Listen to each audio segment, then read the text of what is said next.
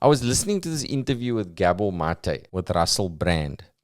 And Gabor Mate, he barely survived the Holocaust. Many of his family members were killed in the Holocaust. And he says on this podcast, he says to Russell, when I was a teenager in Canada, I was a Zionist.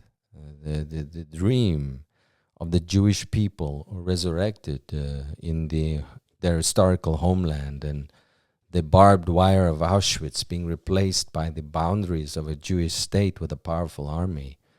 The idea, I found it liberating to believe in that dream, in that point of view, and I really believed it. And then I found out it wasn't exactly like that. That I found out that in order to make this Jewish dream a reality, we had to visit a nightmare upon the local population. There was a Zionist slogan called a land without a people for a people without a land. But there was no land without the people. There were people already living there for hundreds of years or even longer. As a matter of fact, you want to hear something really interesting? And David Ben-Gurion, who was the first prime minister of Israel, actually subscribed to this. Who are the Palestinians? Because the Jews in Roman times, all of them never left Palestine. Many of them stayed there. And some of them, hundreds of years later, converted to Islam. So in some ways, they may be descendants of ancient Jews. There are cousins, to say the least, no matter how you look at it. There's no way you can create a Jewish state without oppressing and expelling the local population, which is what they did with British Empire protection. And Israeli historians have shown without a doubt that expulsion of the Palestinians was persistent, pervasive, and cruel and murderous. It was deliberate. It was called the Nakba in Arabic, which meant the catastrophe or the disaster. Now, in Canada, there's a law that you cannot deny the Holocaust, but in Israel, you're not allowed to mention Nakba, even though it is the very basis of the foundation of the state.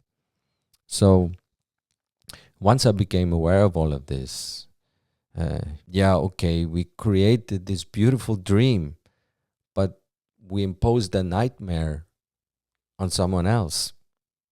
And then I visited the occupied territories. Russell, during the first Intifada, I cried every day for 2 weeks at what I saw. The brutality of the occupation, the petty harassment, the murderousness of it all. Cutting down of Palestinian olive groves, denial of water rights, the humiliation. And it's much worse now. So that is the background, and it could not have been any other way, because you could not have created the exclusive Jewish state without oppressing or expelling the local population.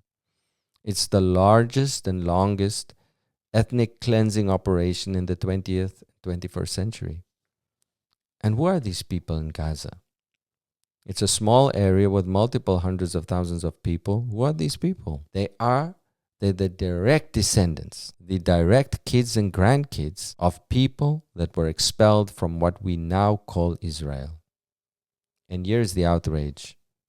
As a Jew, I could land in Tel Aviv and demand citizenship under the law of right to return. But my Palestinian friend in Vancouver was born in Jerusalem. Can't even visit. All right. So that's what Gabor Mate said. Okay.